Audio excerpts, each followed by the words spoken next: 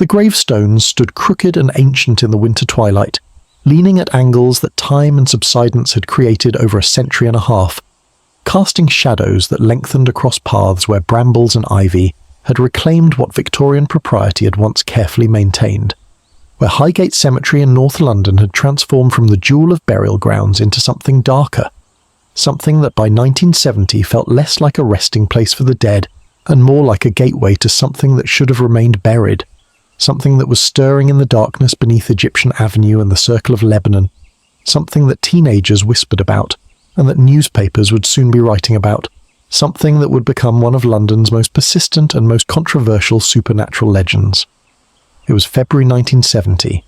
London was emerging from the cultural upheaval of the 1960s, was entering a decade that would be characterized by economic difficulty and social unrest, but was also still captivated by the Gothic and the supernatural, by hammer horror films that had made vampires into box office gold, by a cult revival that saw young people experimenting with seances and Ouija boards and rituals that their parents' generation would have dismissed as nonsense. But that seemed to tap into something real, or at least into something that people wanted to believe was real, into mysteries that science and rationality could not explain, into darkness that was more appealing than the fluorescent brightness of modern life. Highgate Cemetery West had been abandoned for years by 1970, had been closed to new burials since the late 1930s, when the cemetery company that owned it had gone bankrupt, had been left to decay as funds for maintenance disappeared, and as vegetation took over, and as vandals discovered that broken gates and absent groundskeepers meant opportunity to explore and to damage and to create the kind of atmospheric ruin that would become iconic in photographs and in films and in the imaginations of people who heard stories about what lurked among the graves and the overgrown paths and the silent mausoleums.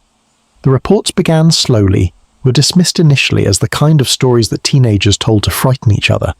were attributed to overactive imaginations and to the influence of horror films and to the undeniable atmosphere of a place where thousands of dead lay beneath Victorian monuments that were crumbling and that were being reclaimed by nature. But the reports persisted and began to accumulate, began to involve multiple witnesses who claimed similar experiences, began to include details that were specific enough to seem credible, began to suggest that something was happening in Highgate Cemetery that could not be entirely explained by imagination or by natural causes. People walking past the cemetery at night reported seeing a tall, dark figure moving among the graves, a figure that seemed to glide rather than walk, that appeared and disappeared in ways that defied normal explanation, that generated feelings of dread and of being watched, that was seen by enough different people that it acquired a kind of consistency, became something that had characteristics rather than just being vague sense of unease, became the Highgate vampire even though most witnesses never saw fangs or explicitly vampiric features, became associated with vampire legend through a combination of location and atmosphere and cultural context, rather than through any clear evidence that an actual vampire was involved. The phenomenon intensified in late 1969 and early 1970, generated media attention that would transform what might have remained local legend into national news, created controversy that would persist for decades, involved allegations of occult activity and of desecrated graves, and of people claiming to be vampire hunters conducting rituals in the cemetery, involved police investigations and newspaper articles and television coverage, involved two men who would become central figures in the legend, who would make competing claims about their experiences and their investigations, who would create narratives that sometimes contradicted each other and that sometimes seemed designed more for publicity than for truth, who would ensure that the Highgate vampire became one of the most documented and most debated supernatural phenomena in modern British history. David Farrant was one of those men, was a young man in his 20s who claimed to have seen the vampire-like figure in the cemetery, who reported his experience to the local newspaper, who became involved in investigations and in occult practices that he claimed were designed to understand and to combat whatever was haunting Highgate, who would be arrested and prosecuted for activities in the cemetery, who would spend decades promoting and defending his version of events, who would become synonymous with the Highgate vampire legend even as his role and his credibility were questioned by skeptics and by rival claimants. Sean Manchester was the other central figure, was a man who claimed to be a bishop in a small independent Catholic church, who claimed to have investigated the vampire phenomenon before Farrant became involved, who conducted what he claimed was an exorcism in the cemetery, who wrote books describing his experiences and his beliefs about what was haunting Highgate, who developed elaborate theories about a medieval vampire that had been brought to England and that had been buried in the cemetery and that had awakened in the 1960s, who became Farrant's rival and who engaged in public disputes about who had the authentic story and who was the real vampire hunter, whose accounts were theatrical and detailed, but were also questioned by investigators who found inconsistencies and who suspected that Manchester was more interested in creating legend than in documenting truth.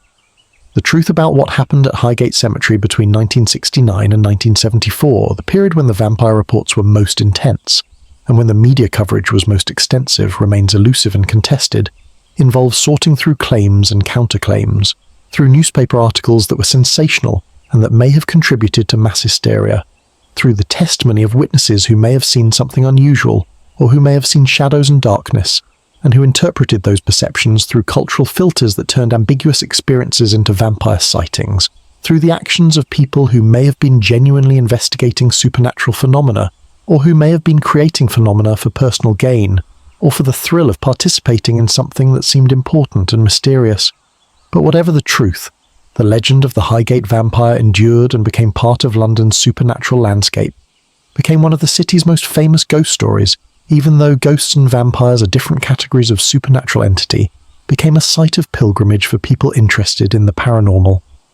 became a case study in how legends are created in modern media age, how mass phenomena develop, how cultural contexts shape perception, how the boundaries between reality and fiction become blurred when multiple narratives compete, and when evidence is ambiguous, and when the desire to believe in mysteries is strong enough to overcome skepticism. The cemetery stood silent in the February darkness of 1970, its broken gates, and its overgrown paths and its leaning monuments waiting for the attention that the vampire legend would bring, waiting for the investigators and the journalists and the curious who would trample through, seeking evidence of something supernatural, waiting for the transformation from forgotten burial ground into one of London's most notorious locations, waiting for the legend to be born from shadows and suggestions and the desperate human need to believe that the world contains more than what rationality admits, that darkness hides secrets, that the dead do not always rest peacefully, that vampires might be real after all. Chapter 1.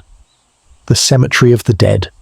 Good evening, and welcome back to the Bedside Historian. The night has found you wherever you are, and I hope you're settled in comfort and in safety, in a place where the darkness feels peaceful rather than threatening, where the quiet brings rest rather than unease. Tonight we journey not to distant centuries or to foreign lands, but to modern London, to the 1970s, to a time that many people alive today remember, to events that occurred within living memory and that involved real people whose names are known and whose accounts can be examined, to a phenomenon that blurred the boundaries between reality and legend, between genuine mystery and manufactured publicity, between supernatural occurrence and mass hysteria, to the story of the Highgate vampire, one of London's most persistent and most controversial supernatural legends. Before we descend into this tale of vampires and cemetery hauntings, of rival investigators and media frenzy, of occult rituals and criminal prosecutions, I invite you to subscribe to this channel if you have not already done so. These narratives require careful research, require distinguishing between documented facts and sensational claims, require respect for the complexity of events where multiple competing narratives exist and where truth remains elusive. Your support allows this work to continue, allows these modern mysteries to be told with the care they deserve. Now then, where are you listening from tonight? What hour finds you? Is it late evening where you are, the world outside quiet and still? Or perhaps it is the deep hours when sleep proves elusive and history provides companionship. Wherever you are, whatever brings you to this story, settle in. Let the present recede, and let us travel together to North London, to Highgate, to the cemetery that would become the centre of Britain's most famous vampire legend, to understand how a Victorian burial ground became a site of alleged supernatural activity, how abandonment and decay created atmosphere that seemed to invite darkness, how the dead who rested beneath elaborate monuments would become associated with something that refused to rest, with a presence that would be called vampire and that would capture imaginations and generate controversy that persists to this day. Highgate Cemetery was established in 1839 as one of the magnificent 7 cemeteries created to address London's burial crisis, was designed by architect Stephen Geary and landscape architect David Ramsay to be more than simply a burial ground, but rather to be a garden cemetery in the style that was becoming fashionable, to be a place where the living could walk among the dead in settings that were beautiful and contemplative, rather than grim and depressing, to represent Victorian attitudes toward death and mourning and memory that emphasized elaborate ritual and permanent commemoration and the creation of spaces that honored the deceased while providing comfort to the bereaved. The cemetery was located on the slopes of Highgate Hill in North London, occupied land that had previously been part of the grounds of Ashurst House, commanded views across the city that were spectacular and that made the location desirable for those who could afford the substantial fees that burial at Highgate required, created a burial ground that was exclusive and prestigious, that attracted the wealthy and the prominent, that became the fashionable place to be buried among London's upper and middle classes, who wanted their final resting places to reflect their social status and their cultural aspirations. The design of Highgate Cemetery West, the original section that opened in 1839, was ambitious and was theatrical, incorporated Egyptian revival architecture that was popular in the 1830s and 40s, created features like Egyptian Avenue with its massive entrance portal and its vaulted passageway lined with family vaults, created the Circle of Lebanon that surrounded a massive cedar tree and that contained catacombs arranged in a circle, created Gothic chapels and elaborate mausoleums and winding paths that encouraged exploration and contemplation, created an environment that was unlike any other cemetery in Britain, that was designed to impress and to inspire, that succeeded in becoming one of London's most distinctive and most admired burial grounds. The cemetery was successful from its opening, attracted burials at a rate that justified the investment that had been made in creating it, generated income for the London Cemetery Company that owned and operated it, became the final resting place for approximately 170,000 people over its active period, included burials of many notable Victorians, including scientist Michael Faraday, novelist George Eliot, poet Christina Rossetti, and eventually in 1883 Karl Marx, whose tomb would become one of the cemetery's most visited monuments, though it was located in the East Cemetery, that opened in 1854 as an extension when the West Cemetery became full. But the success of Highgate Cemetery did not last beyond the Victorian era that had created it. The decline began in the early 20th century as burial practices changed, as cremation became more popular and more socially acceptable, as the elaborate Victorian approach to death and mourning fell out of fashion, as the fees required for burial at Highgate became increasingly difficult to justify when simpler and less expensive options were available, as the London Cemetery Company's income declined, and as the costs of maintaining the elaborate grounds increased, as the financial model that had sustained the cemetery during the 19th century became unsustainable in the changed circumstances of the 20th century. The cemetery company struggled through the 1920s and 30s, reduced maintenance as income declined, allowed vegetation to grow more freely than Victorian groundskeepers would have permitted, began to give the cemetery a wilder and more overgrown appearance that some found appealing for its romantic decay, but that others saw as evidence of neglect and of failure to maintain standards that had previously characterized Highgate. The company finally went bankrupt in the late 1930s, unable to continue operations, leaving the cemetery without effective management, without funding for maintenance, without anyone responsible for controlling access or for preventing vandalism, or for preserving the monuments that were beginning to suffer from weather and from subsidence and from the natural processes of decay. The cemetery was closed to new burials in 1939, though existing burial rites continued to be honoured for families who had purchased plots. It was left in a state of suspended animation where the dead remained, but where the living no longer tended to them with the care and the regularity that Victorian practice had established, where paths became overgrown and where monuments began to lean and to crack, and where vegetation reclaimed spaces that had been carefully landscaped, where nature began the slow process of transforming an artificial garden into something more wild, something that looked less like a designed landscape and more like a forest cemetery, something that acquired the kind of atmospheric quality that would later be associated with Gothic horror and with supernatural legends. World War II accelerated the decline as resources and attention were directed elsewhere, as bombing created damage that was not repaired, as the cemetery became even more neglected and even more overgrown, as it began to acquire a reputation as a forgotten place, as somewhere that people avoided rather than visited, as a location that was becoming separate from the normal life of London, that was becoming a kind of island of abandonment in a city that was otherwise actively inhabited and maintained, that was developing the kind of isolation and neglect that would later make it seem like an appropriate setting for vampire legends. By the 1960s, the cemetery had been effectively abandoned for 2 decades, had become a ruin in the heart of North London, was a place where teenagers went to explore and to drink and to engage in the kind of activities that abandoned places attracted, was a place where vandals broke into mausoleums and scattered bones and damaged monuments, was a place where the atmosphere was undeniably eerie, and where the combination of Victorian funerary architecture and decades of neglect had created something that looked like a film set,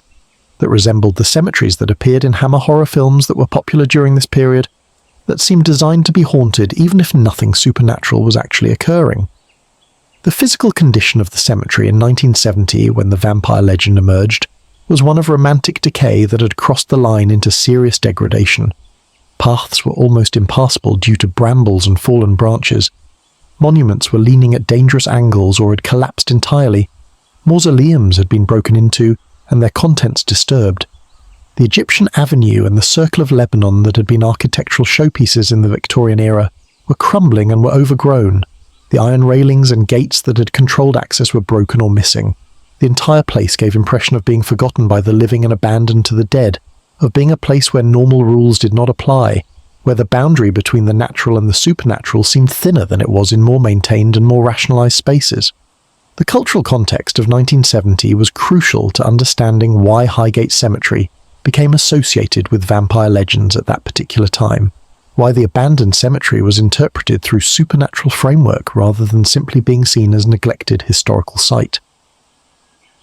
The late 1960s and early 1970s in Britain were characterized by renewed interest in the occult and in supernatural phenomena, by popularity of horror films, especially the Hammer horror productions that featured vampires and that were set in Gothic environments that resembled Highgate,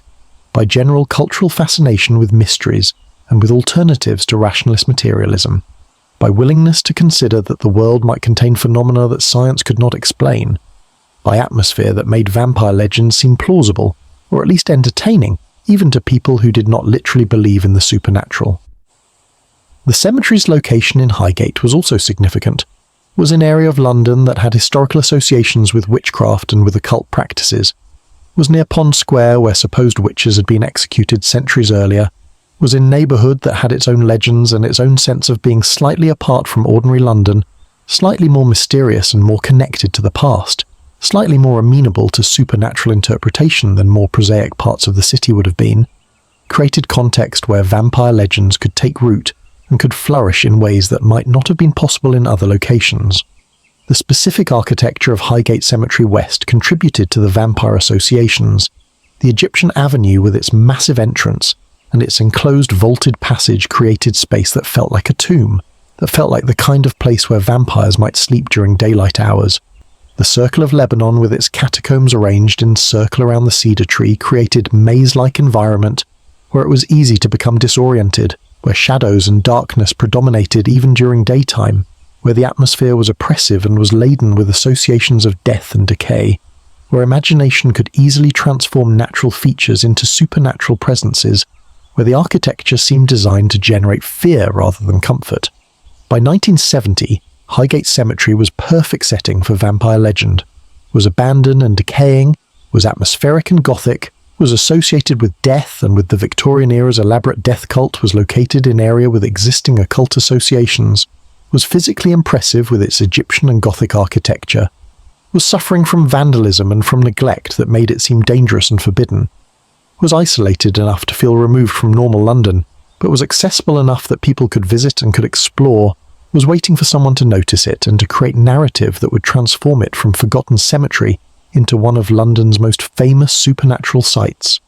was ready for the legend that was about to emerge from the darkness and the overgrowth and the Victorian monuments that housed 170,000 dead,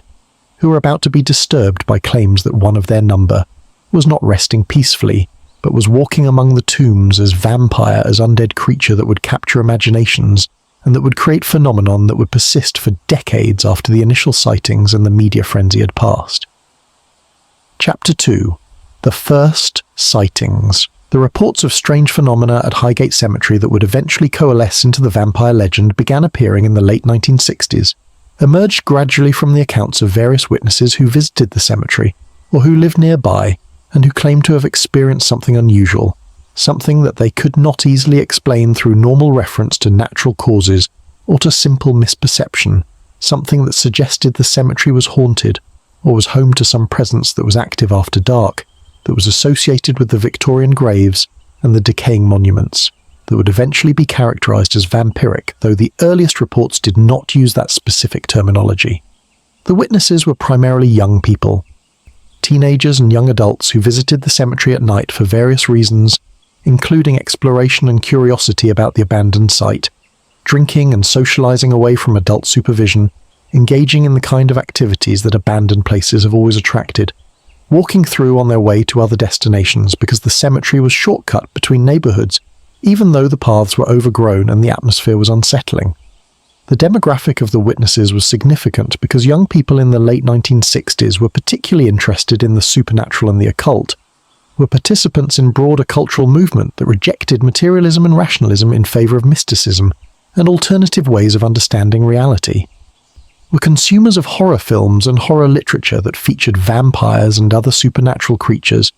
were primed by cultural context to interpret ambiguous experiences through supernatural frameworks rather than through skeptical analysis.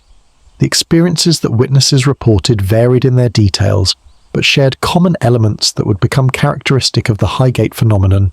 involved seeing a tall dark figure among the graves or near the cemetery walls, a figure that was described as gliding rather than walking in normal manner, that appeared and disappeared in ways that seemed inconsistent with normal human movement,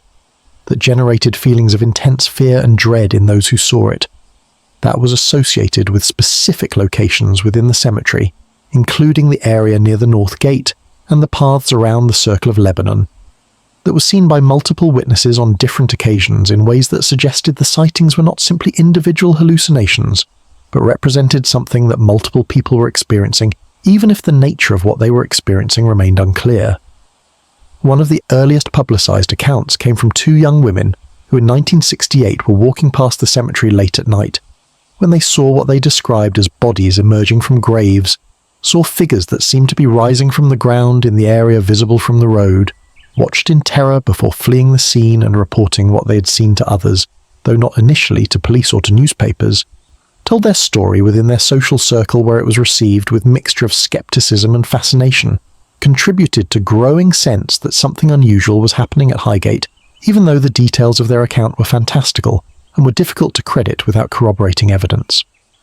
Another early account involved a couple who were driving past the cemetery when their car mysteriously stalled near the North Gate, experienced electrical failure that prevented the engine from restarting, sat in their disabled vehicle feeling increasing sense of dread and of being watched, saw a tall dark figure approaching their car from the direction of the cemetery, started the car suddenly and inexplicably just as the figure was about to reach them, drove away at high speed feeling that they had narrowly escaped some danger that they could not articulate but that felt real and threatening, reported the experience to friends and family who advised them to avoid the cemetery in future, contributed their account to the accumulating collection of stories about Highgate being haunted or being home to something dangerous. The psychological effect of these early reports was to create expectation among people who visited or who passed the cemetery that they might experience something unusual, created feedback loop where awareness of previous sightings made subsequent visitors more likely to interpret ambiguous sensory experiences as supernatural phenomena, where shadows and darkness and the natural sounds of a cemetery at night became evidence of ghostly or vampiric presence, because people were looking for such evidence, were expecting to find it, were interpreting their experiences through framework that had been established by earlier reports and by the broader cultural fascination with the supernatural.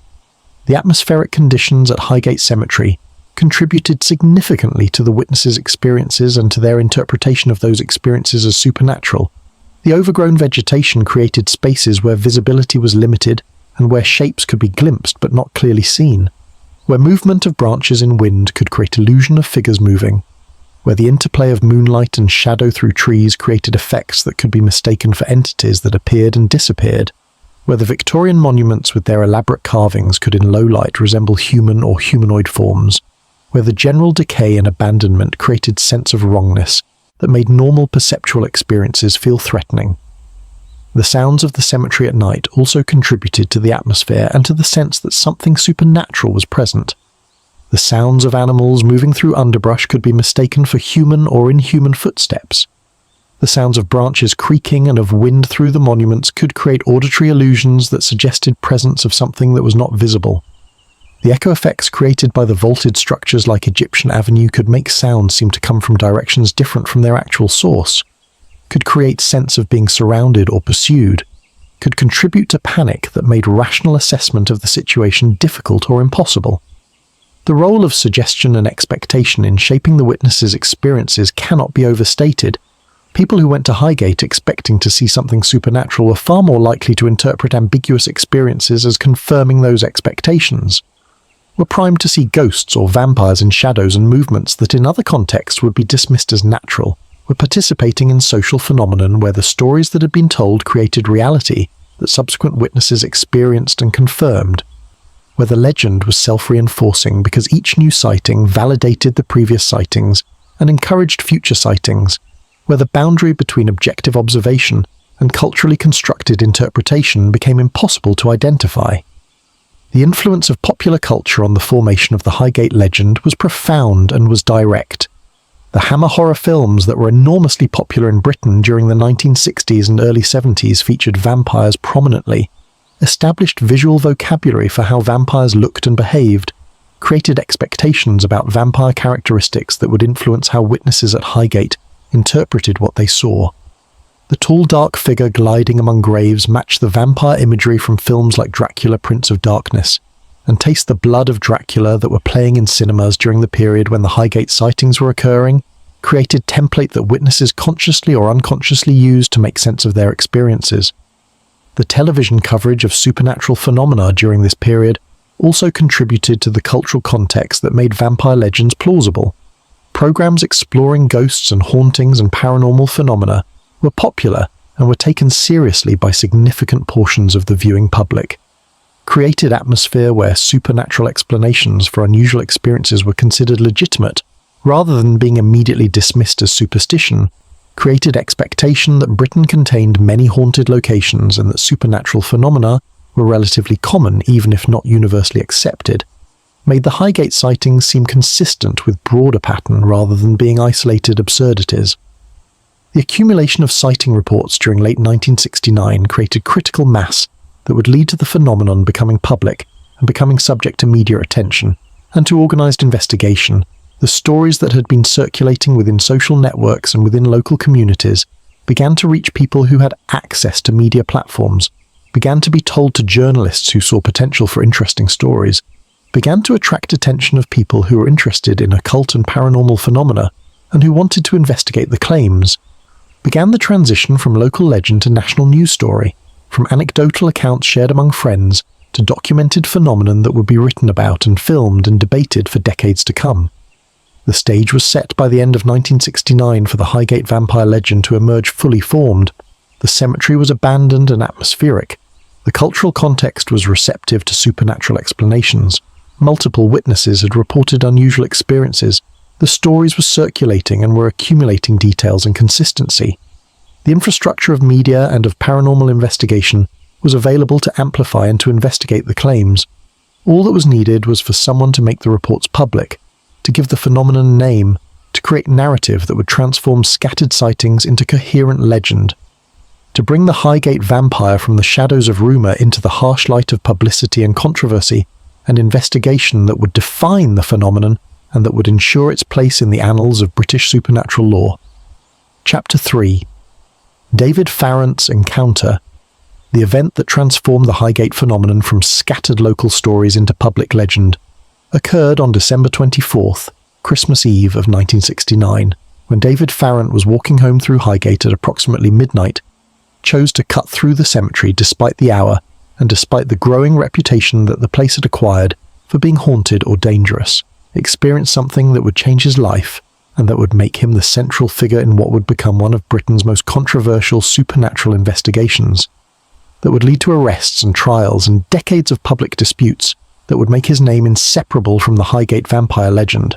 David Farrant was 25 years old in December 1969, was living in the Highgate area, was working in various jobs that provided subsistence income but that did not offer career prospects or financial security,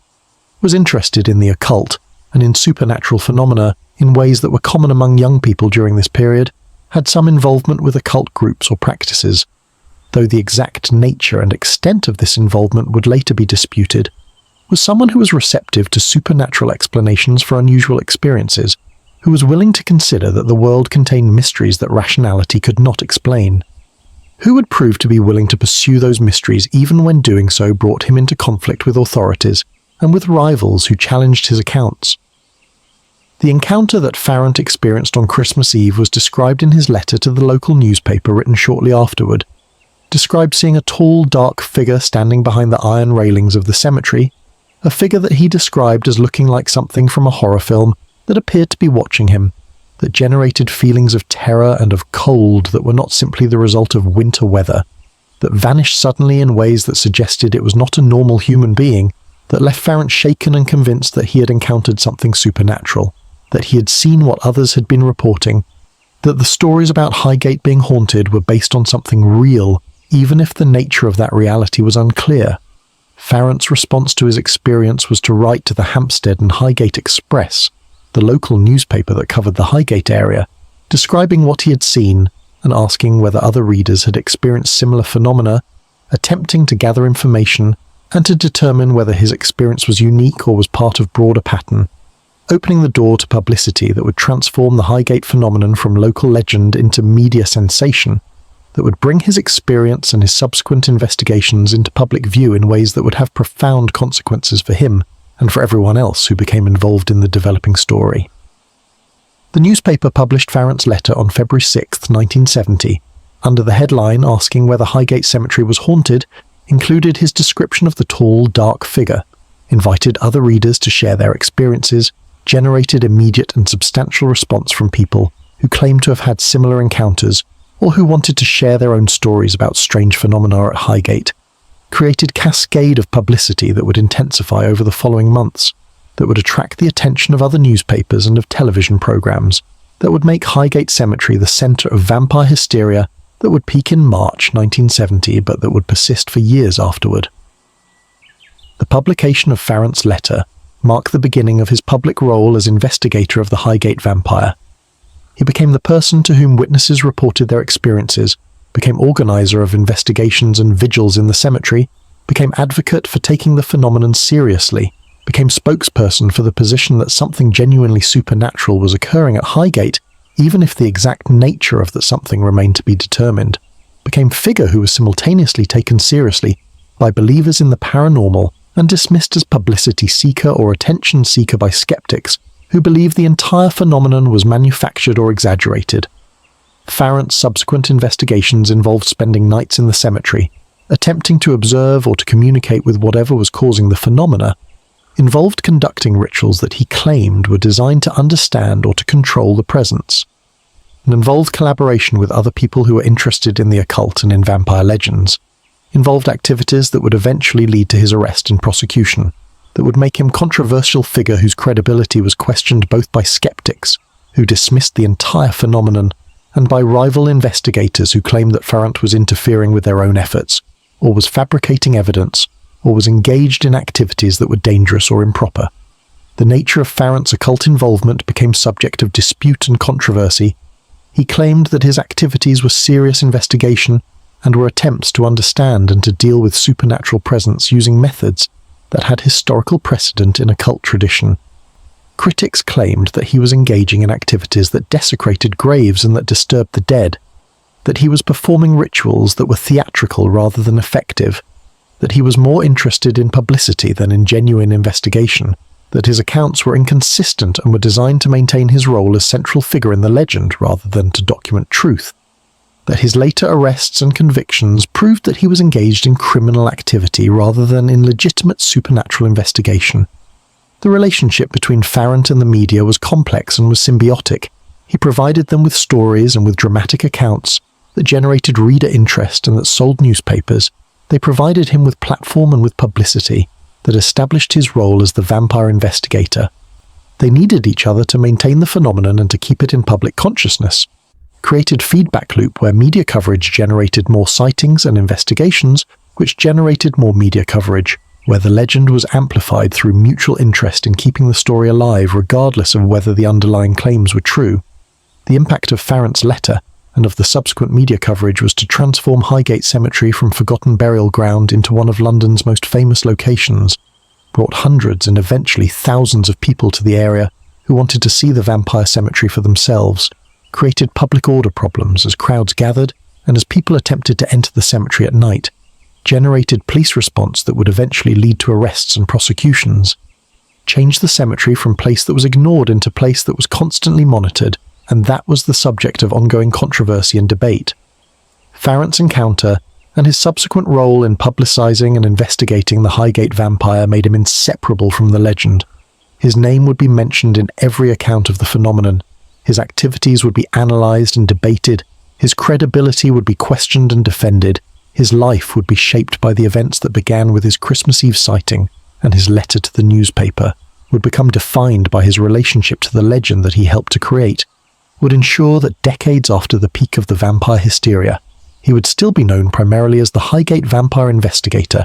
would still be giving interviews and writing about his experiences and defending his version of events against skeptics and against the rival investigator who would emerge to challenge his account, and to create competing narrative that would make the Highgate vampire legend not just a story about supernatural phenomena, but also a story about human rivalry, and about competing claims to truth, and about the impossibility of determining what actually happened, when witnesses disagree and when evidence is ambiguous, and when cultural and personal investments in particular versions of events make objective assessment nearly impossible.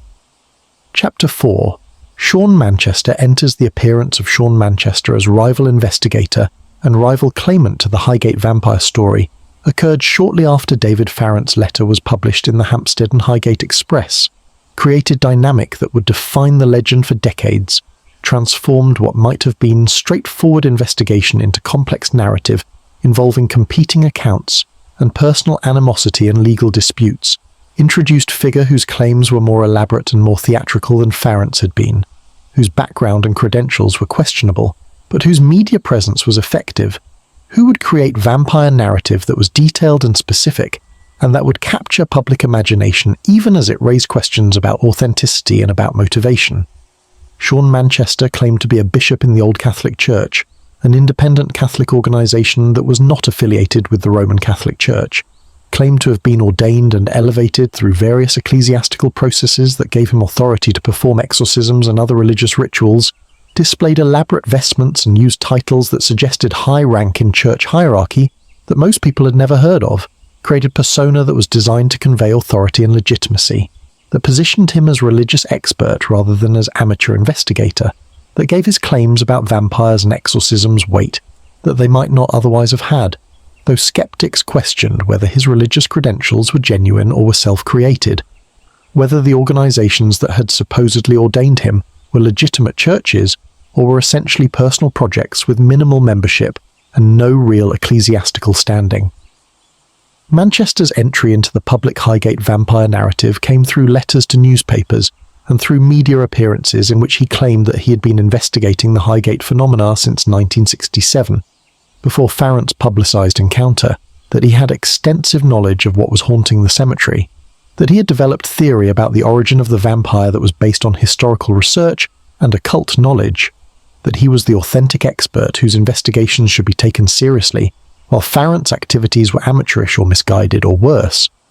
that he was the person who would ultimately solve the mystery and would rid Highgate of the vampire presence through proper religious ritual and through application of traditional vampire hunting methods. The theory that Manchester developed about the Highgate vampire was elaborate and was specific in ways that made it either compelling or ridiculous depending on one's perspective, claimed that the vampire was a medieval nobleman from Wallachia or from another Eastern European region where vampire legends were strong, that this nobleman had been brought to England in a coffin in the 18th century by a follower who had purchased property in the Highgate area, that the coffin had been buried on the grounds that would later become part of Highgate Cemetery,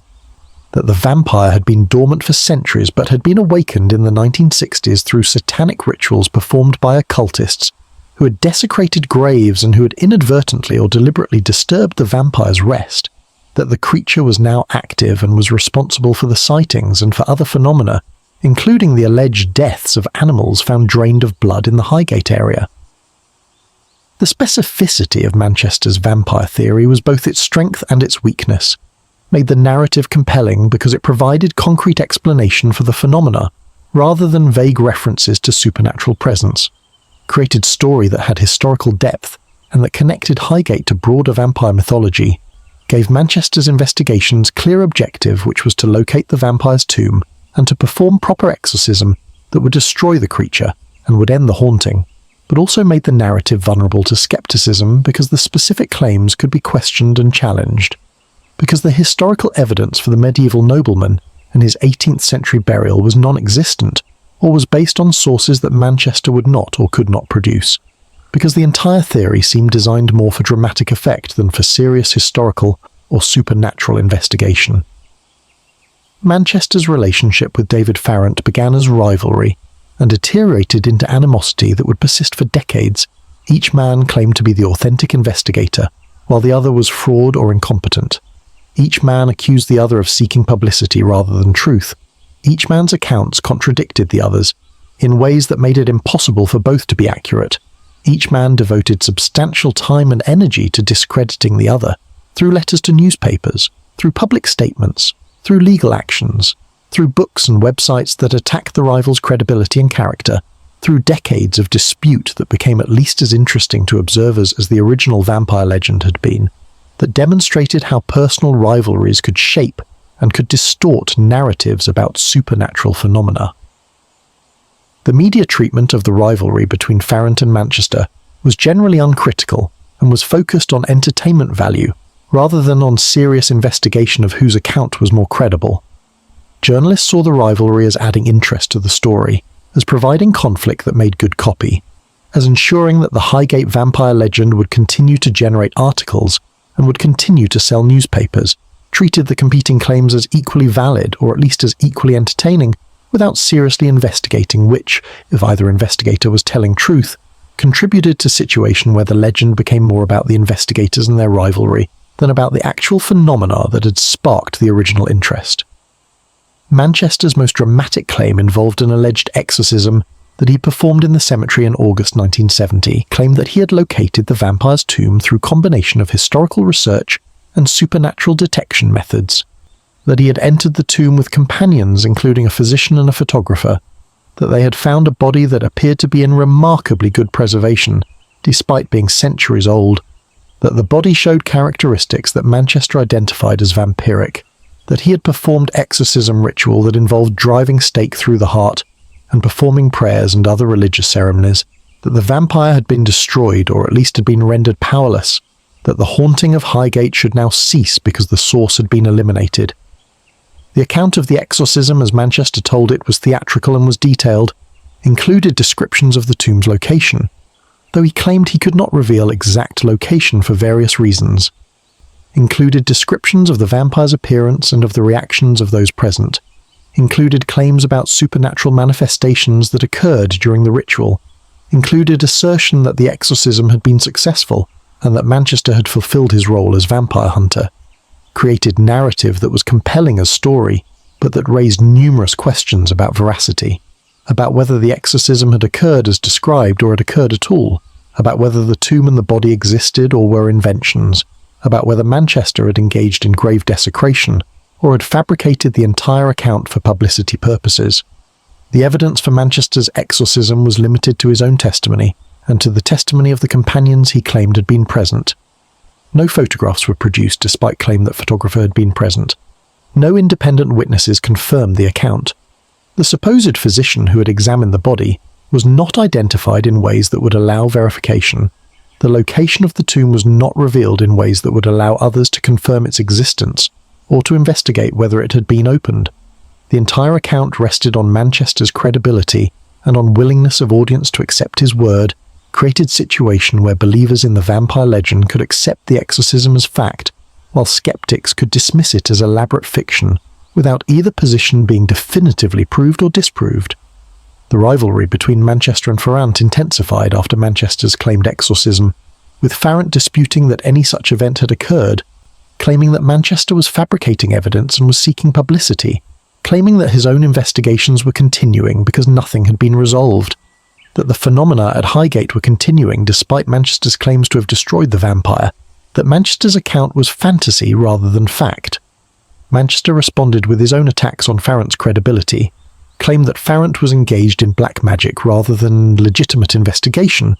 claimed that Farrant's activities were making the situation worse rather than better, claimed that Farrant was disturbing the dead and was creating the phenomena rather than investigating them, created accusations and counter-accusations that would continue for decades and that would make the Highgate vampire legend as much about the feuding investigators as about any actual supernatural presence. The long-term impact of Manchester's involvement in the Highgate vampire legend was to create narrative that was more complex and more detailed than it might otherwise have been, to provide specific vampire theory that could be discussed and debated, to introduce religious and historical dimensions that made the legend richer even if those dimensions were questionable, to ensure through his rivalry with Farrant that the legend would remain controversial and would remain in public consciousness long after the initial media frenzy had subsided, to create through his books and through his continued promotion of his version of events a permanent record of one interpretation of what had happened at Highgate, even if that interpretation was disputed and was questioned by those who investigated the claims critically. Sean Manchester's entry into the Highgate vampire story transformed it from relatively simple tale of sightings and investigations into complex narrative involving competing authorities, elaborate theories, dramatic rituals, personal rivalries, and questions about truth and fiction that could not be easily resolved, ensured that the legend would be remembered not just for the supernatural claims but for the human drama that surrounded those claims, for the way that two men's competing desires for recognition and for control of the narrative created phenomenon that was at least as interesting as the vampire they were supposedly hunting,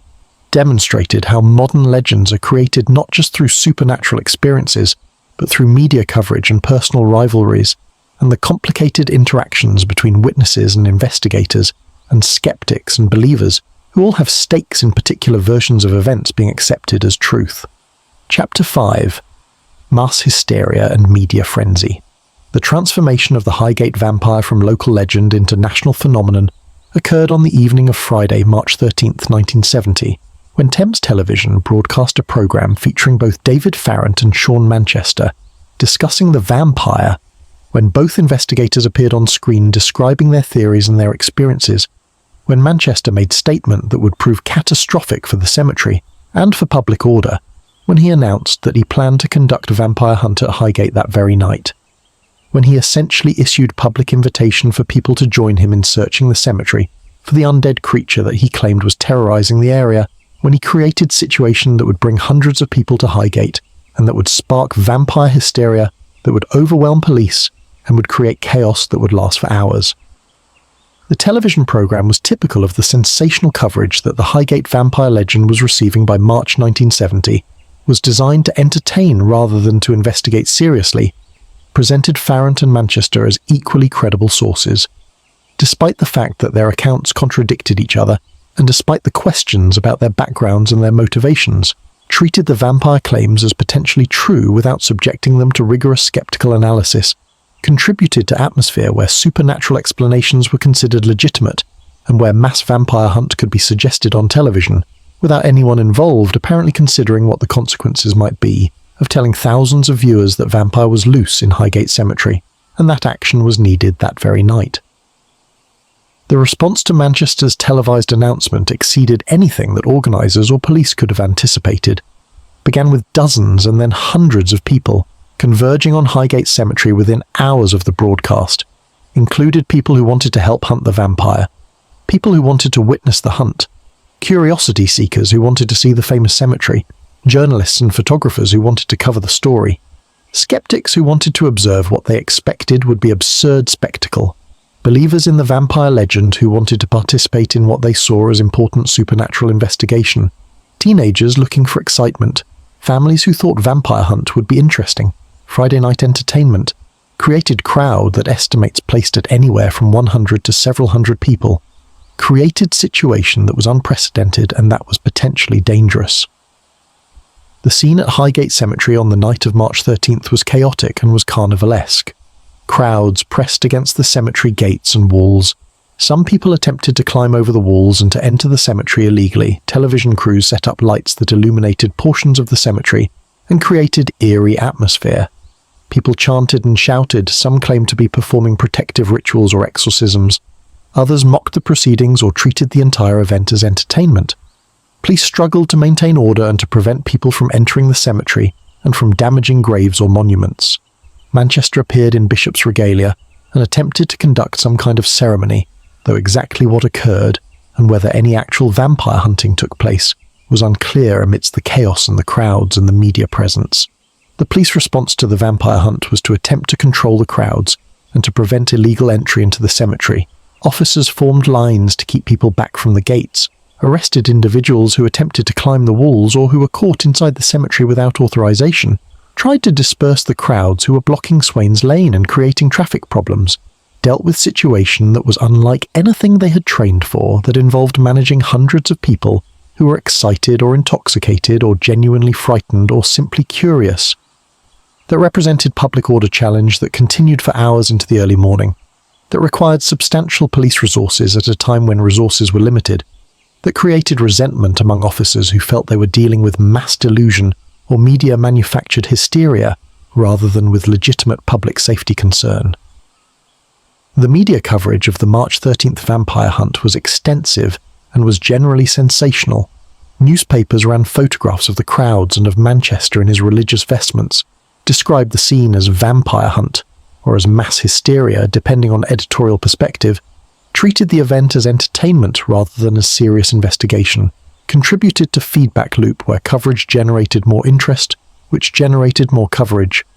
where the Highgate vampire became national news story that was discussed in households across Britain, that made Highgate Cemetery famous or infamous depending on perspective, that ensured the legend would be remembered and would be associated with the year 1970 in ways that cemented its place in British popular culture.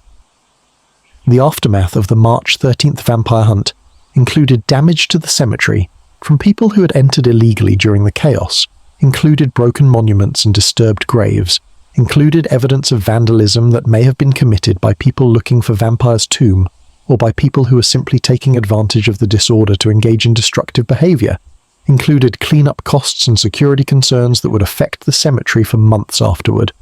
included recognition by authorities that the situation at Highgate had gotten out of control and that measures would need to be taken to prevent similar incidents in future, included increased police patrols and increased prosecution of people found in the cemetery without authorization. The impact of the media frenzy on the actual investigation of whatever phenomena might have been occurring at Highgate was entirely negative. The crowds and the publicity made serious investigation impossible, contaminated the site with so much human activity that any genuine supernatural phenomena would have been obscured, created situation where witnesses' reports became increasingly unreliable because expectation and suggestion were so powerful that genuine observation became impossible, transformed Highgate from place where unusual experiences had been reported into circus, where mass psychology and media manipulation dominated, where whatever truth might have existed about the original sightings was buried under avalanche of publicity and spectacle, and competing narratives from investigators who were more interested in personal recognition than in understanding what had actually occurred. The psychological mechanisms that drove the mass vampire hunt and the broader hysteria included social contagion where one person's belief or behaviour influenced others, where crowds fed off each other's excitement and fear, where the presence of media legitimised the vampire claims by treating them seriously, where cultural familiarity with vampire legends from films and literature made the Highgate vampire seem plausible even to people who might otherwise have been sceptical, where the desire to participate in something extraordinary overcame rational assessment of whether the vampire claims had any basis in reality, where group dynamics created situations where individuals engaged in behaviours they would not have engaged in alone, where the boundary between entertainment and belief became blurred. The role of media in creating and amplifying the Highgate vampire phenomenon cannot be overstated. Without television and newspaper coverage, the legend would have remained local story that might have faded after initial interest. the media gave the story reach and persistence that transformed it from anecdote into phenomenon. The media treatment that emphasized drama and conflict rather than critical investigation ensured that the legend would be memorable and would be controversial. The media's willingness to present Farrant and Manchester as credible sources without seriously investigating their backgrounds or their claims gave those claims legitimacy that they might not have deserved. The media created the March 13th vampire hunt by broadcasting Manchester's announcement without apparently considering consequences, demonstrated how modern mass media could create phenomena that would not have existed or would have existed differently in earlier eras when information spread more slowly and when reaching mass audience required different mechanisms. The comparison between the Highgate vampire hysteria and earlier examples of mass hysteria and moral panics revealed that the basic psychological and social mechanisms were similar, even though the specific content and the media environment were different, showed that humans in groups are susceptible to contagion of belief and behavior, that frightening or mysterious phenomena can generate responses that are disproportionate to actual threat, that media amplification can transform local concerns into national panics, that authority figures who claim special knowledge can shape mass behavior in ways that serve their interests, regardless of whether their claims are true, or that societies periodically experience episodes where rationality is suspended, and where belief in extraordinary claims becomes widespread despite absence of compelling evidence. The vampire hunt of March 13, 1970 marked the peak of the Highgate phenomenon in terms of public attention and mass participation. Subsequent events would be smaller and would be less spectacular, though the legend would persist. The cemetery would never again see crowds of that size gathered for vampire hunting. Authorities had learned from the chaos and would take steps to prevent similar incidents, but the event had accomplished the transformation of Highgate from forgotten cemetery into one of London's most famous supernatural sites, had ensured that the vampire legend would be permanently associated with the location, had created media record and public memory that would keep the story alive for decades, had made Highgate Vampire into case study for how modern legends are created and how mass phenomena develop in media age, had demonstrated both the power and the danger of uncritical media coverage of sensational claims about supernatural phenomena. Chapter 6. The Alleged Exorcism. The account that Sean Manchester provided of his alleged exorcism of the Highgate vampire became the centerpiece of his narrative about the phenomenon, was described in his books and in interviews as the climactic confrontation between vampire hunter and undead creature, was presented as resolution to the terror that had gripped Highgate, was tale of descending into tomb and confronting evil and performing sacred ritual that destroyed or bound the vampire, was story that combined elements of Gothic horror with religious ceremony, that positioned Manchester as hero who had rid London of supernatural threat, that created legend within the larger legend, that became either the true account of how the Highgate vampire was defeated, or became elaborate fiction depending on whether one believed Manchester's credibility. The exorcism allegedly occurred in August 1970, several months after the mass vampire hunt of March, during a period when media attention had diminished somewhat, but when interest in the Highgate vampire remained high, when Manchester was continuing his investigations and was developing his theory about the medieval nobleman who had been brought to England and buried in the area that became Highgate Cemetery, when he claimed to have identified through combination of historical research and supernatural detection the specific tomb where the vampire rested, when he made decision to take action to destroy the creature rather than simply to continue observing and documenting the phenomena. Manchester's account described assembling a team to conduct the exorcism, included a physician whose identity Manchester never fully revealed,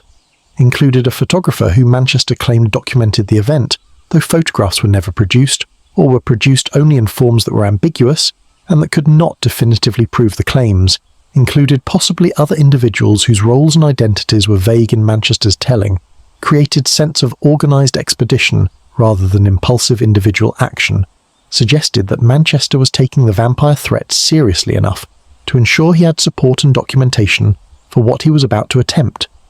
though skeptics noted that the vagueness about participants and the absence of independent corroboration made the entire account suspect. The location of the tomb was described by Manchester in ways that were specific enough to seem credible, but vague enough that exact location could not be verified, described being in the catacombs or in a vault within Highgate Cemetery West, described architectural features that matched the general character of the cemetery's Victorian funerary structures, but never provided information that would allow others to locate the specific tomb and to investigate whether it had been opened and whether evidence of exorcism existed.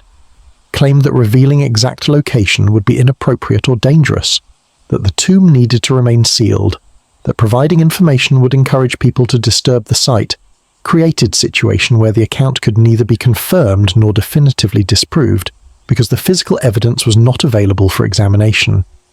The entry into the tomb was described by Manchester as difficult and dangerous, required breaking through sealed entrance, required descending into darkness, required navigating through spaces that had been undisturbed for decades or centuries, created atmosphere of gothic horror where the investigators were entering realm of the dead, were violating sanctuary that should have remained sealed, were taking risks that combined physical danger of unstable structures with supernatural danger of confronting entity that was undead and potentially hostile, that created narrative tension and drama that made the account compelling as story, regardless of whether it was true as history. The discovery of the body was the central element of Manchester's account, described finding a coffin or a body that was in remarkable state of preservation despite age that should have resulted in complete decomposition, described physical characteristics that Manchester interpreted as vampiric, including the preservation itself, which in vampire lore indicates that the body is sustained by supernatural means rather than by natural processes, described absence of decay that would normally occur, described appearance that seemed too fresh, too intact, too similar to living person rather than to corpse that had been dead for centuries, described feeling of presence or of malevolence that emanated from the body, described conviction that this was indeed the vampire that had been haunting Highgate, and that action needed to be taken immediately. The exorcism ritual that Manchester performed combined traditional vampire destruction methods with Catholic religious ceremony, involved driving wooden stake through the heart of the body, involved prayers and invocations, involved sprinkling holy water, involved all the elements that appear in vampire fiction and in historical accounts of vampire hunting in Eastern Europe performed with religious authority that Manchester claimed through his position as bishop, performed with conviction that proper ritual would destroy or would bind the vampire, would end the haunting of Highgate, would protect the community from further supernatural danger, created spectacle that was either sacred ceremony, conducted by ordained minister, or was theatrical performance conducted by someone playing role of vampire hunter, depending on whether one accepted Manchester's religious credentials and his supernatural claims. The alleged reaction of the vampire to the exorcism was described in terms that mixed physical observation with supernatural interpretation. Manchester claimed that the body responded to the ritual, that signs of the vampire's presence or power manifested during the ceremony, that the exorcism was not simple matter of performing ritual over an inert corpse, but was confrontation with entity that was aware and that was resisting, that the success of the ritual was evident through changes that occurred, through sense of release or of completion when the vampire was destroyed or bound, through feeling that the atmosphere changed and that the malevolent presence dissipated, through conviction that the work had been accomplished and that Highgate was now free of the vampire that had terrorized it.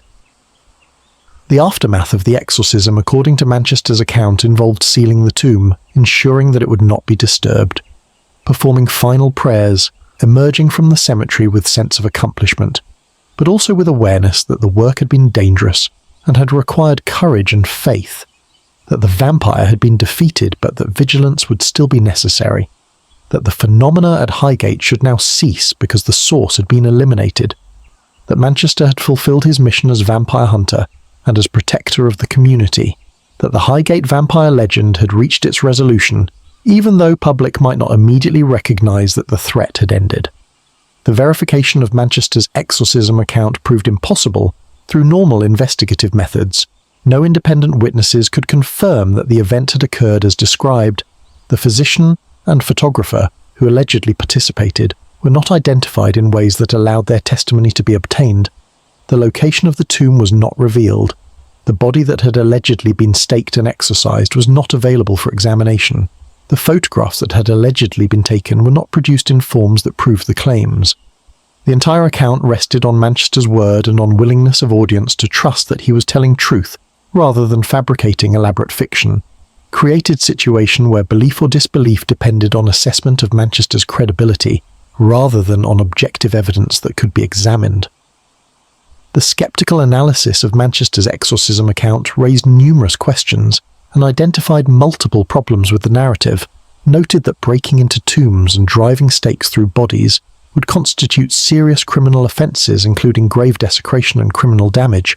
questioned why Manchester would publicly claim to have committed such acts if they had actually occurred, noted that the preservation of bodies in lead-lined coffins or in sealed environments is not supernatural, but can occur through natural processes, questioned whether any body could be definitively identified as centuries old without forensic analysis that Manchester never described conducting, noted that the dramatic elements of the account matched vampire fiction more closely than they matched documented cases of alleged vampire activity, suggested that the entire exorcism might have been fabricated to create dramatic climax to Manchester's narrative and to position him as hero who had resolved the Highgate vampire mystery. The impact of Manchester's exorcism account on the Highgate vampire legend was to provide narrative closure that the phenomenon otherwise lacked,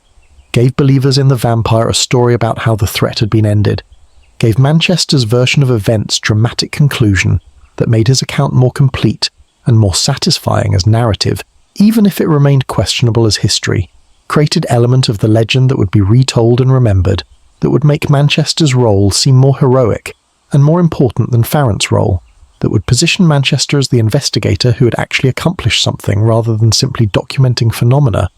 that would ensure his version of the legend would be promoted and preserved through his books and through continued publicity, even as skeptics questioned whether any of it had actually occurred as described. Chapter 7. Desecration and Arrest. The criminal consequences of the Highgate vampire phenomenon became unavoidable in August 1970 when David Farrant was arrested by police in Highgate Cemetery in circumstances that would lead to prosecution and conviction, that would transform him from investigator into defendant, that would provide legal system's answer to question of whether vampire hunting constituted legitimate activity or whether it was criminal trespass and desecration of the dead, that would create public record of some of the activities that had been occurring in the cemetery during the period of vampire hysteria, that would demonstrate that authorities were no longer willing to tolerate the kind of behaviour that the legend had encouraged. The arrest occurred on August 17, 1970, at approximately 4:30 in the morning, when police officers on patrol near Highgate Cemetery observed someone moving inside the cemetery grounds, investigated and found David Farrant near one of the graves, detained him for questioning about what he was doing in the cemetery at that hour and why he had entered illegally given that the cemetery was closed and that entry without authorization was trespassing,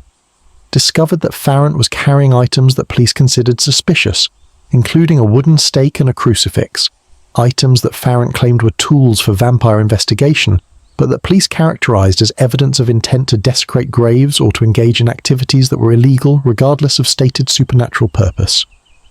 Farrant's explanation for being in the cemetery at 4:30 in the morning was that he was conducting investigation into the vampire phenomena, that he had reason to believe that the vampire was active during those hours,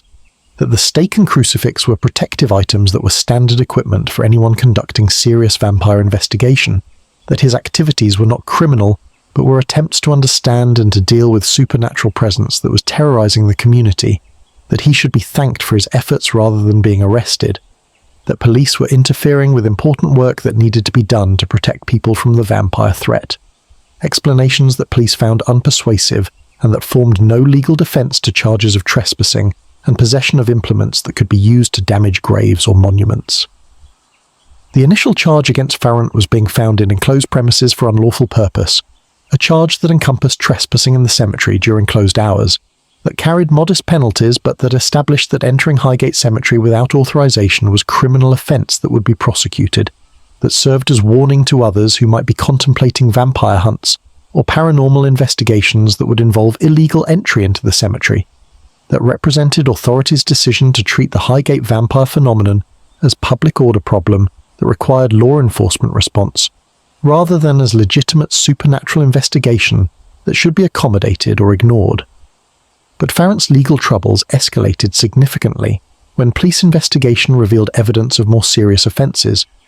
when examination of parts of the cemetery showed signs of recent disturbance to graves, when witnesses came forward reporting seeing Farrant or people associated with him engaging in activities that appeared to involve opening tombs or interfering with burial sites, when accumulating evidence suggested that vampire investigation had included not just observing the cemetery, but actively disturbing the dead, that the line between investigation and desecration had been crossed, that criminal prosecution for serious offences was warranted.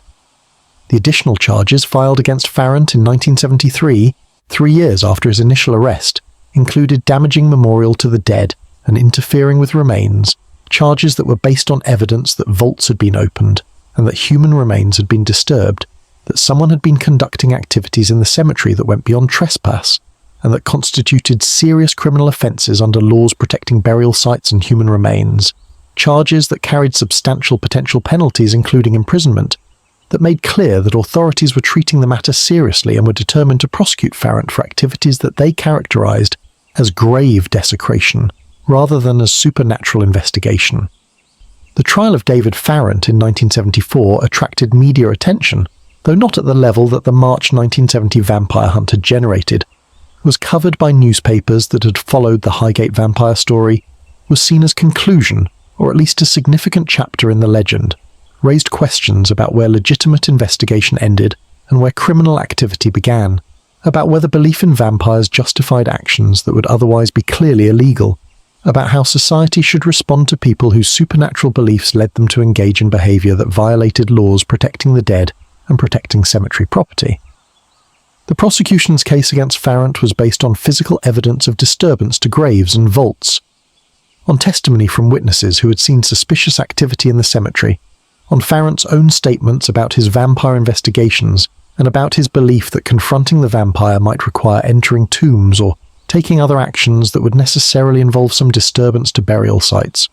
on argument that whatever Farrant's stated motivations, his actions had violated laws that existed to protect cemeteries and to ensure that the dead were not disturbed, that supernatural beliefs did not provide legal excuse for criminal behaviour, that Farrant should be held accountable for what he had done regardless of why he claimed he had done it.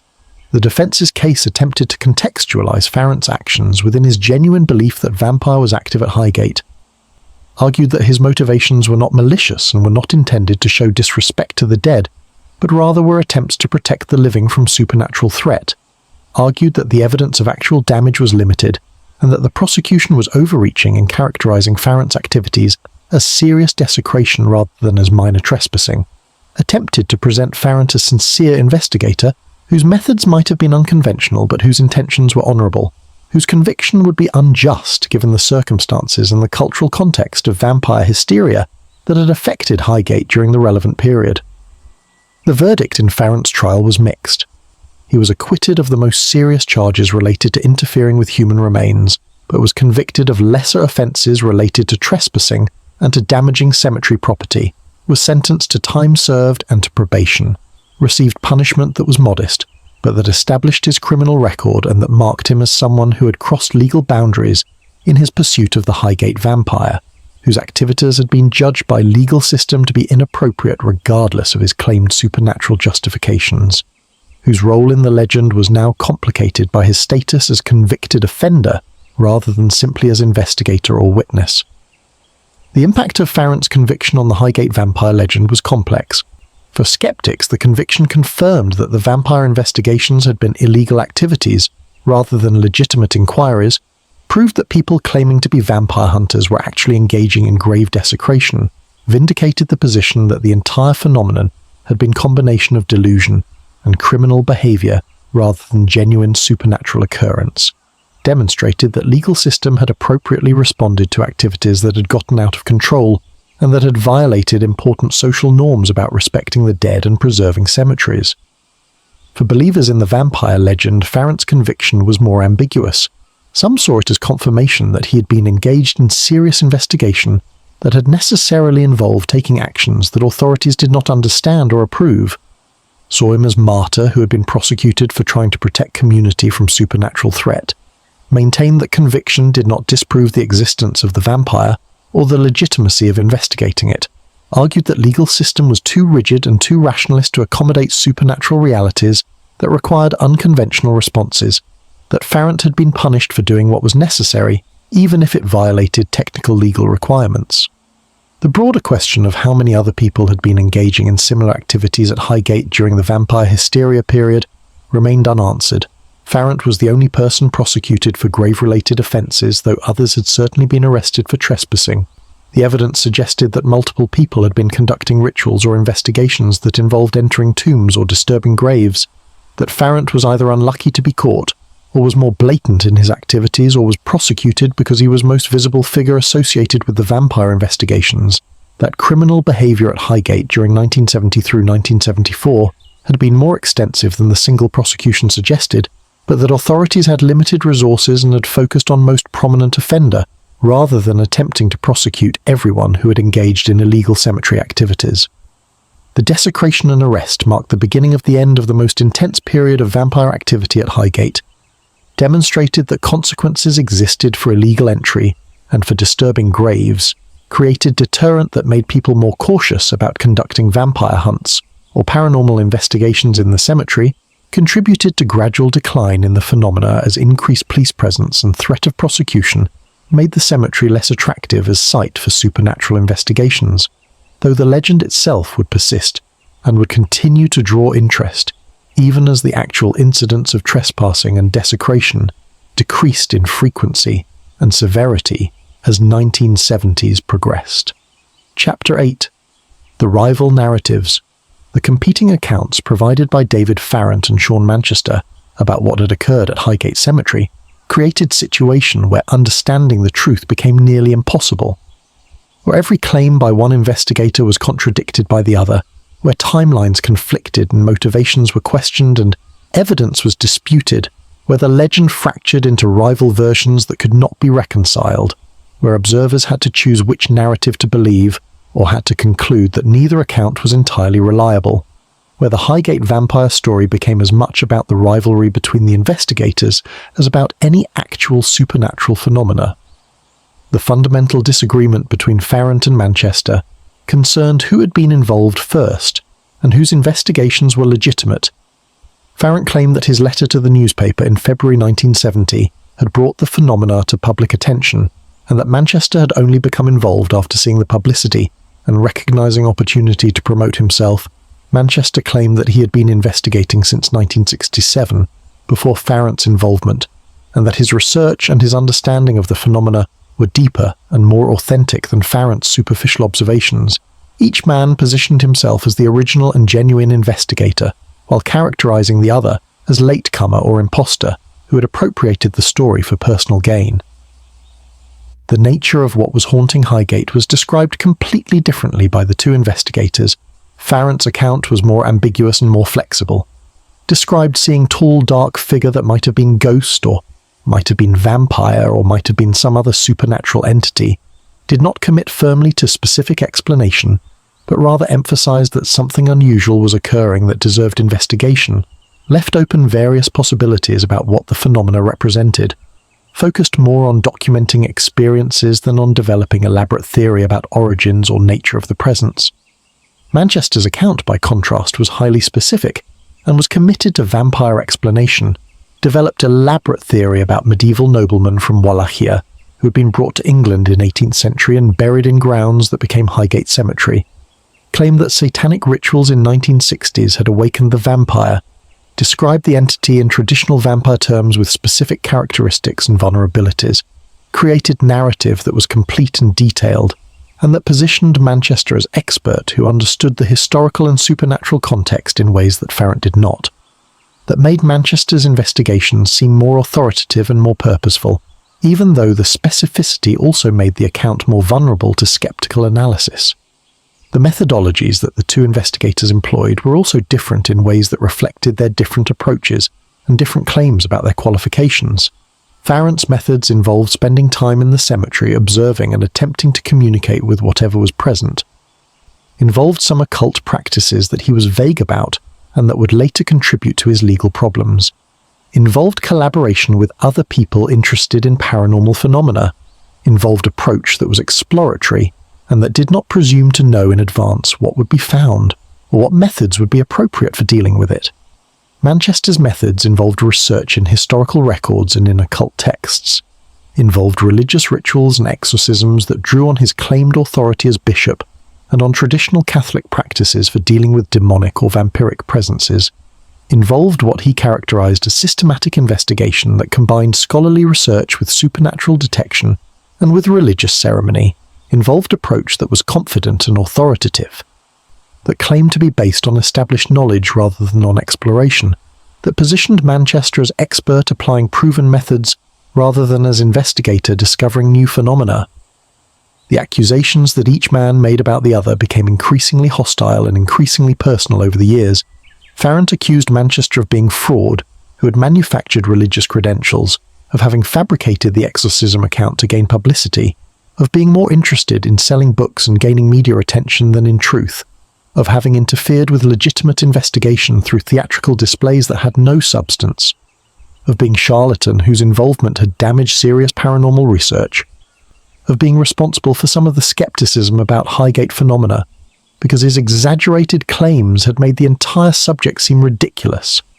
Manchester accused Farrant of being practitioner of black magic, who had been conducting satanic rituals in the cemetery, of being responsible for the desecration that had been discovered, of having disturbed graves and remains in ways that were both criminal and morally reprehensible, of having fabricated or exaggerated his experiences to gain attention, of being publicity seeker who had appropriated Manchester's investigation and who had created confusion through conflicting accounts, of having made situation worse through his activities and through his refusal to acknowledge Manchester's authority and expertise. The legal disputes between Farrant and Manchester extended beyond the criminal charges that Farrant faced, included civil litigation over statements each had made about the other, included accusations of libel and defamation, included court proceedings that attempted to establish which accounts were true and which were false, included judgments that sometimes favoured one party and sometimes favoured the other, created public record of the rivalry that was extensive and that documented the depth of the animosity and the incompatibility of their narratives, demonstrated that neither man was willing to concede anything to the other, that both were committed to defending their versions of events regardless of cost or of likelihood of achieving definitive resolution. The books and documentaries that each investigator produced presented their respective narratives to wide audiences. Farrant's accounts emphasized his role as original witness and investigator, emphasized his persecution by authorities who did not understand supernatural phenomena, emphasized his continuing belief that something unusual had occurred at Highgate, even if exact nature remained mysterious, maintained more measured tone than Manchester's dramatic pronouncements, positioned himself as serious researcher who had been unfairly maligned by rival and by legal system. Manchester's accounts were more theatrical and more elaborate, described his vampire hunting adventures in detail that was either compelling or implausible, depending on readers' perspective, included the exorcism narrative and other dramatic episodes, positioned himself as heroic figure who had confronted and defeated supernatural evil, claimed vindication through the fact that vampire phenomena had supposedly ceased after his exorcism, promoted his religious authority and his expertise in vampire lore, created narrative that was designed to be memorable and that succeeded in making Manchester's version of the Highgate vampire legend the more widely known, even though it was also the more controversial and the more questioned by skeptics. The impossibility of determining which account was more accurate stemmed from multiple factors, including the absence of independent documentation for many claimed events, the passage of time which made verification increasingly difficult, the lack of physical evidence that could definitively prove or disprove either narrative, the fact that both investigators had personal and financial interests in promoting their versions, which created motivations for exaggeration or fabrication, the complexity of trying to assess credibility when both parties made claims that were extraordinary and that challenged normal standards of evidence, the reality that some elements of both accounts might be true while other elements might be false in ways that could not be easily separated. The impact of the rival narratives on the Highgate vampire legend was to make it richer and more complex, but also more confused and more controversial, created situation where the legend included not just the vampire sightings but also the story of two men who spent decades fighting about what had happened, created meta-narrative about how legends are constructed and contested, demonstrated how personal rivalries shape historical memory, showed how supernatural legends in modern era are mediated through media and through competing authorities who claim special knowledge, illustrated difficulties of establishing truth when evidence is ambiguous, and when witnesses disagree, and when cultural and personal investments make objective assessment nearly impossible.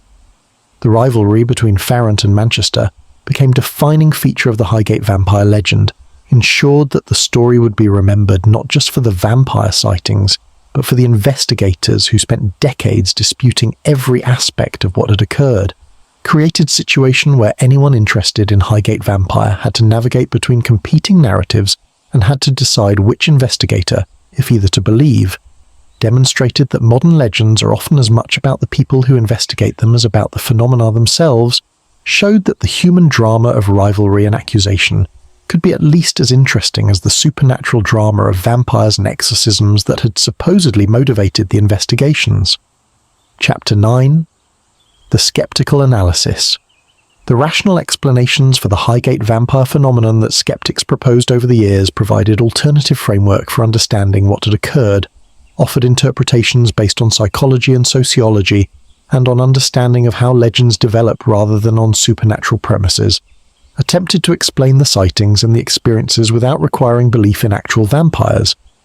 created counter-narrative that was less dramatic than vampire accounts, but that was more consistent with what is known about human perception and mass behavior, that positioned the Highgate vampire as case study in how modern legends are created and sustained rather than as evidence of supernatural forces operating in contemporary London.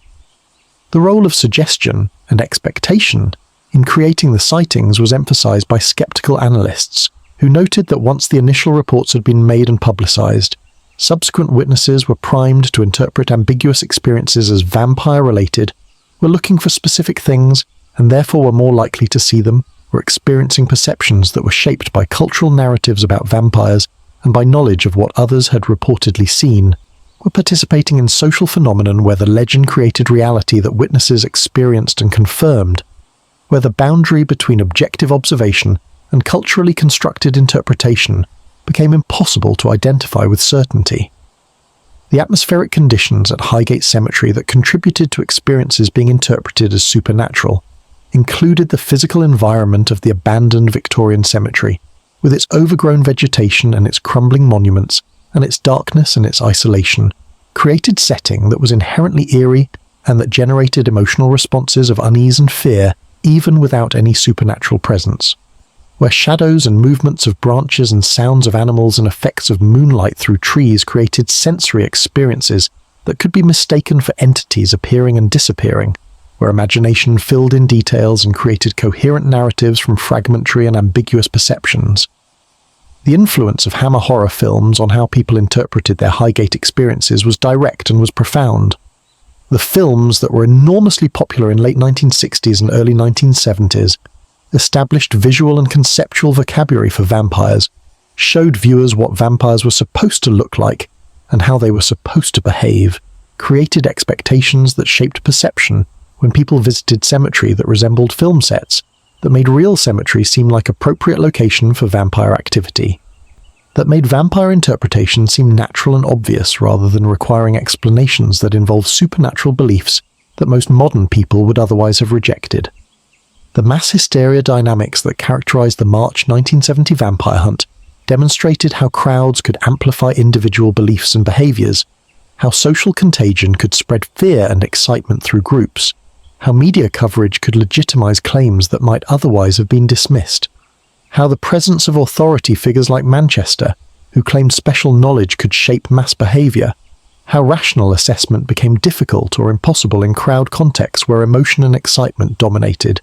where the desire to participate in something extraordinary overcame skepticism that individuals might have maintained in calmer circumstances. The psychological needs that the vampire legend satisfied for participants included desire for mystery and for experiences that transcended ordinary rationalist modern life, desire to believe that world contained more than what science admitted, desire to participate in something that seemed important and that connected participants to Gothic tradition and to supernatural worldview that had been displaced by materialism and rationality, desire for community around shared beliefs and shared investigations, desire for attention and recognition that came from being associated with famous legend, desires that were understandable and that explained why people were willing to accept extraordinary claims on limited evidence. The role of the investigators themselves in creating and maintaining the legend was central to skeptical analysis. Both Farrant and Manchester had personal investments in the vampire narrative continuing and being taken seriously, had built identities, and had gained publicity through their associations with Highgate, had written books and had given lectures and had appeared in media based on their roles as vampire investigators, had motivations to emphasize dramatic elements and to maintain mystery and to resist explanations that would make the phenomena seem ordinary or explainable, had contributed through their rivalry and through their competing narratives to keeping legend alive and controversial long after initial sightings might otherwise have been forgotten. The absence of physical evidence for vampire activity despite decades of investigation, and despite extensive media coverage, and despite presence of numerous witnesses was noted by skeptics as significant. No bodies were produced that showed vampiric characteristics. No photographs or videos captured vampire in convincing ways. No physical traces were found that could not be explained through natural processes. No evidence emerged that would constitute proof that could convince skeptical observer, suggested that phenomena were based on perception and interpretation, rather than on actual supernatural entities that could be documented through normal investigative methods. The comparison between Highgate vampire legend and other famous supernatural cases revealed similar patterns of ambiguous initial experiences, media amplification, competing investigators, lack of definitive evidence, persistence of legend despite absence of proof, suggested that Highgate was not unique, but rather was example of broader pattern in how supernatural legends develop in modern media environment, how they are sustained through books and documentaries and internet discussions, how they resist debunking, because believers have psychological and social investments in maintaining belief, and because absence of proof is interpreted as evidence that phenomena are genuinely mysterious, rather than as evidence that phenomena do not exist. The sociological analysis of the Highgate vampire phenomenon focused on what the legend revealed about British society in early 1970s, about anxieties and cultural changes and reactions against rationalism and materialism that characterized the period, about how working class and youth cultures were exploring alternatives to establishment values, about how media were evolving and were discovering that supernatural stories sold newspapers and attracted viewers, about how authority, whether religious or investigative or media, was being questioned and redefined, about how modern urban environment with its forgotten spaces and its historical layers created opportunities for legends to develop in ways that combined past and present. The persistence of the Highgate vampire legend, despite skeptical analysis, and despite lack of corroborating evidence, demonstrated that legends serve functions beyond simply describing reality, serve psychological and social needs that are not addressed by debunking, create communities and identities that participants value, provide narratives that are more interesting and more emotionally satisfying than explanations based on misperception and mass hysteria, resist elimination through rational analysis because they exist in cultural space where truth is less important than meaning,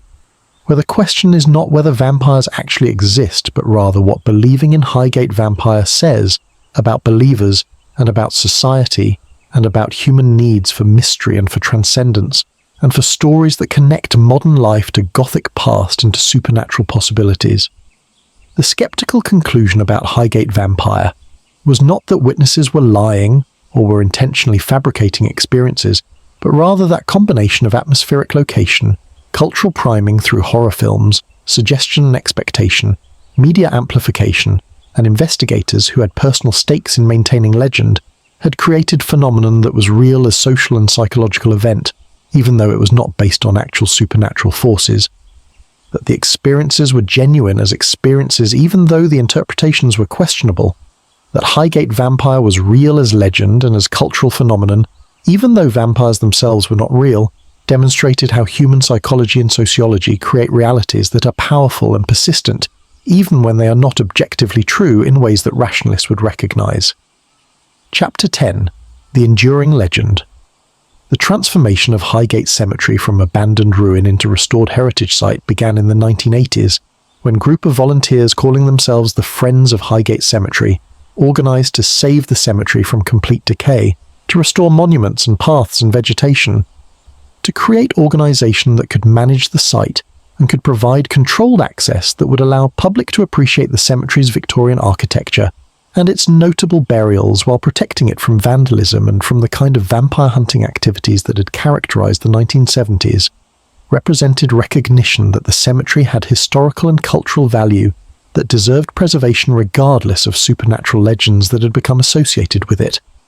The restoration work conducted by the Friends of Highgate Cemetery over subsequent decades was extensive and was painstaking, involved clearing decades of overgrowth while preserving the romantic cemetery atmosphere that made Highgate distinctive, involved repairing monuments that had been damaged by weather and vandalism and subsidence, involved creating sustainable management structure that would ensure the cemetery could be maintained for future generations, involved establishing guided tour program that would allow controlled public access while preventing the kind of unrestricted entry that had led to damage and desecration during vampire hysteria period. The cemetery today operates as heritage site with limited access. The West Cemetery, which was the centre of vampire legend, is only accessible through guided tours that are carefully controlled. The Friends of Highgate Cemetery provide educational programs that emphasise Victorian history and funerary practices and notable burials rather than focusing on vampire legends, though guides acknowledge the supernatural associations and respond to visitor questions about the phenomena that made Highgate famous. The East Cemetery is open for unguided visits during specified hours. The entire site is protected and monitored in ways that were not possible during the abandoned period when vampire legend developed. The vampire legend's persistence in popular culture ensures that many visitors to Highgate Cemetery come specifically because of supernatural associations, come hoping to experience something unusual, or to visit location that has become famous through vampire stories, come with knowledge of Farrant and Manchester and of the 1970 vampire hunt, come with expectations shaped by decades of books and documentaries and internet discussions that have kept legend alive, demonstrate that supernatural narratives have power to attract interest and to shape how places are perceived, regardless of whether those narratives are historically accurate or are based on genuine supernatural phenomena. The guided tours at Highgate acknowledge the vampire legend but contextualize it within broader history. Guides explain how the cemetery's abandonment and atmospheric decay created conditions for supernatural interpretations, describe the media coverage and the investigators in the vampire hunt of March 1970. Note that no credible evidence for actual vampire has ever been found. Position the legend as interesting chapter in cemetery's history rather than as primary reason to visit. Attempt to redirect visitor interest toward legitimate historical and architectural features, while recognizing that for many visitors the vampire story is primary attraction, regardless of its factual basis. The fate of David Farrant after his conviction, and after the end of the vampire hysteria's peak, was one of continuing involvement with Highgate vampire legend despite, or perhaps because of the controversy and the legal troubles, he continued to write and speak about his experiences, continued to defend his version of events, continued to dispute Manchester's accounts, continued to position himself as persecuted investigator who had been treated unfairly by authorities and by rival, maintained belief, or at least maintained public position, that something unusual had occurred at Highgate, even if exact nature remained mysterious. Died in April 2019 at age 73, his obituaries inevitably noting his association with Highgate vampire and his role in creating one of Britain's most famous supernatural legends. The fate of Sean Manchester after the vampire hysteria's peak was similarly one of continuing promotion of his narrative. He published multiple books about Highgate vampire and about other alleged vampire cases, maintained his religious titles and his identity as bishop and as vampire hunter, continued to dispute Farrant's accounts and to promote his own version as authentic, created extensive online presence that documented his investigations and that responded to skeptics and critics, maintained theatrical persona, an elaborate narrative about medieval vampire and exorcism, demonstrated persistence in defending his role and his credibility. Despite skeptical analysis that questioned virtually every aspect of his account, continued to be the more famous of the two investigators in terms of popular culture recognition, though his credibility remained controversial even among believers in supernatural phenomena. The rivalry between Farrant and Manchester persisted literally until Farrant's death in 2019. Their disputes about Highgate vampire never resolved, their competing narratives never reconciled, their animosity never overcome despite decades that had passed since the peak of vampire hysteria, demonstrated how deeply personal the legend had become for both men, how much of their identities were bound up with their roles as Highgate vampire investigators,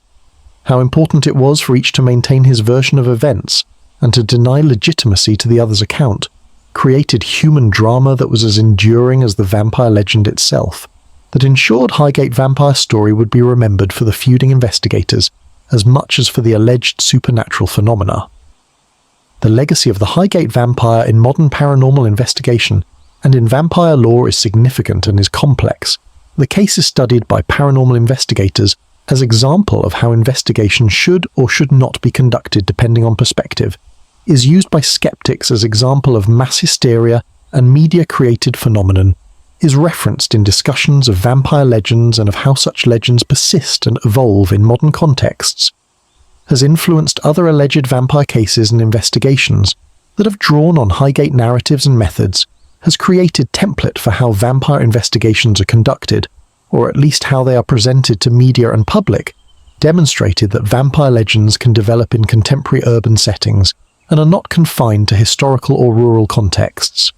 The question of whether anything genuinely supernatural occurred at Highgate Cemetery remains unanswerable with certainty. The evidence is ambiguous, and the accounts are contradictory and the physical proof is absent. Believers can point to multiple witnesses and to persistence of sightings and to experiences that participants found convincing. Skeptics can point to natural explanations and to psychological and sociological mechanisms, and to absence of vampire or of any evidence that would prove supernatural claims. The truth likely involves elements of both positions, actual atmospheric conditions and unusual perceptual experiences that were real, but that were interpreted through supernatural frameworks that were not warranted by the evidence, that created legend that was psychologically and culturally real, even though vampires themselves almost certainly were not present at Highgate in any literal sense. The enduring fascination with Highgate vampire more than 50 years after the peak of vampire hysteria demonstrates that legends serve purposes that transcend simple question of whether they are factually true. The legend connects contemporary London to Gothic past, creates narrative that is dramatic and mysterious, provides community around shared interest in supernatural, generates tourism and media content and discussions that are interesting regardless of whether vampire actually existed, demonstrates that modern rationalist materialist worldview has not eliminated human needs for mystery and for belief in phenomena that transcend ordinary reality, that Highgate Cemetery, through combination of Victorian architecture and abandonment and media coverage and investigators' rivalry, became site where those needs could be explored and expressed and satisfied. The Bedside Historian closes this account of the Highgate vampire with recognition that truth about what occurred remains elusive and contested, that the phenomenon was real as social and psychological event even though vampire itself was almost certainly not real as supernatural entity, that the legend tells us important things about human perception and about mass behavior and about how modern media creates and sustains narratives, that the rivalry between investigators demonstrates how personal interests shape historical memory, that Highgate Cemetery remains beautiful and historically significant site regardless of vampire legends, that the persistence of supernatural narratives in modern rationalist age reveals continuing human hunger for mystery and transcendence and connection to dark romantic past that materialist worldview cannot satisfy. May you rest more peacefully than the alleged vampire of Highgate, than the investigators who spent decades feuding over what had occurred, than the dead who were disturbed during vampire hysteria. Until we meet again in the darkness where legends blur with reality, where modern meets Gothic, where reason confronts mystery, where the question is not simply whether vampires exist, but rather what believing in them tells us about ourselves and about our world and about the stories we need to make meaning from the shadows that surround us and that will always surround us no matter how much light we attempt to bring to the darkness that humans have always feared and always been fascinated by and always tried to understand through legends that persist, because they speak to something deep in human nature that rationality alone cannot address or eliminate. The cemetery gates close at dusk. The guided tours end. And somewhere in the Victorian monuments and the overgrown paths of Highgate Cemetery West, the legend endures, neither proved nor disproved, neither entirely true nor entirely false, existing in space between fact and fiction, where the best legends live, where the Highgate vampire waits in memory and in story, and in the imaginations of people who visit seeking connection to mystery that the modern world officially denies, but that the human heart continues to seek in the Gothic architecture and the atmospheric decay of one of London's most haunted and most controversial burial grounds.